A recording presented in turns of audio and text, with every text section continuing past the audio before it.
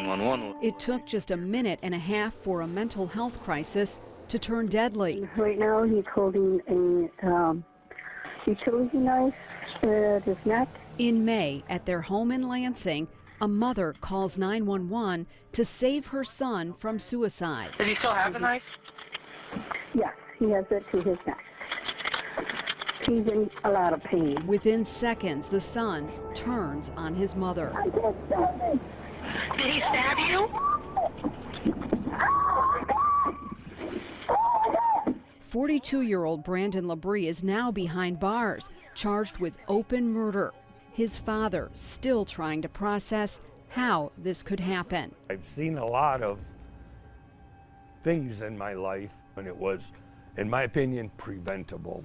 Steve Labrie spent more than 30 years as a registered nurse in state-run psychiatric hospitals.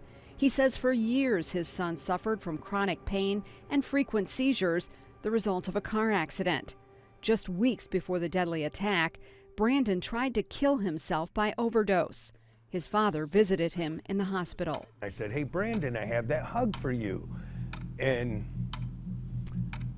he stood up, and when he did, I saw something I had never seen. And when he stood up, his fists were clenching. He was trembling, and the look on his face was just evil.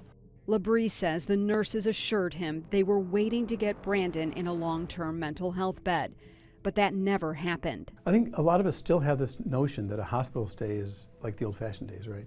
If I have a psychotic episode, I'll get put in the hospital for months, a year, or more. Typical stay is 7 to 10 days because it's meant to stabilize people. Bob Sheehan has worked in mental health for decades. He says the system is not set up to incarcerate people against their will. We don't want to take those civil liberties away. So we also find it doesn't have a medical efficacy beyond several days of stabilization. But just days after getting out of the hospital, Brandon Labrie found himself in the same place many others with mental illness end up, behind bars.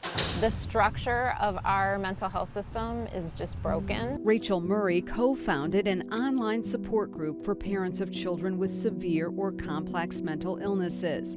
About 800 parents help each other navigate Michigan's mental health care system, a system she says was defunded decades ago. We're not doing it right in Michigan, and it hasn't worked, and it hasn't been working for a long time. And so now we have this backlog of all of these people who have not gotten the treatment that they've needed. Murray says to get that help, chronic mental health patients have to travel out of state and be able to pay for it out of pocket. We're talking about high-level intensive care for people who are a danger to themselves or a danger to other people, who need intensive treatment. A lot of commercial insurance doesn't pay for state-of-the-art mental health treatment. They pay for outpatient psychotherapy, talk therapy, and medications.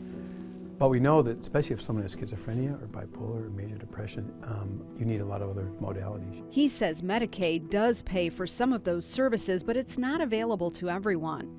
Caregivers and families say dealing with behavioral health is not only taxing, the system is a confusing maze with a lot of dead ends.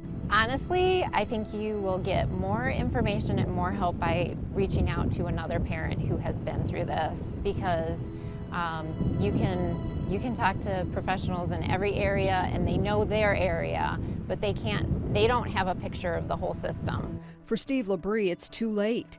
We talked with him outside the Ingham County Jail, where his son Brandon sits in a cell alone. His criminal hearings delayed until state psychiatrists can evaluate his mental health. He was good. He was always very mellow. A son facing life behind bars, a mother whose life was cut too short, and a father in the dark as to what kind of mental health care his son will get. My guess is, if he is, it's minimal. And I wish I had those answers. I wish I knew.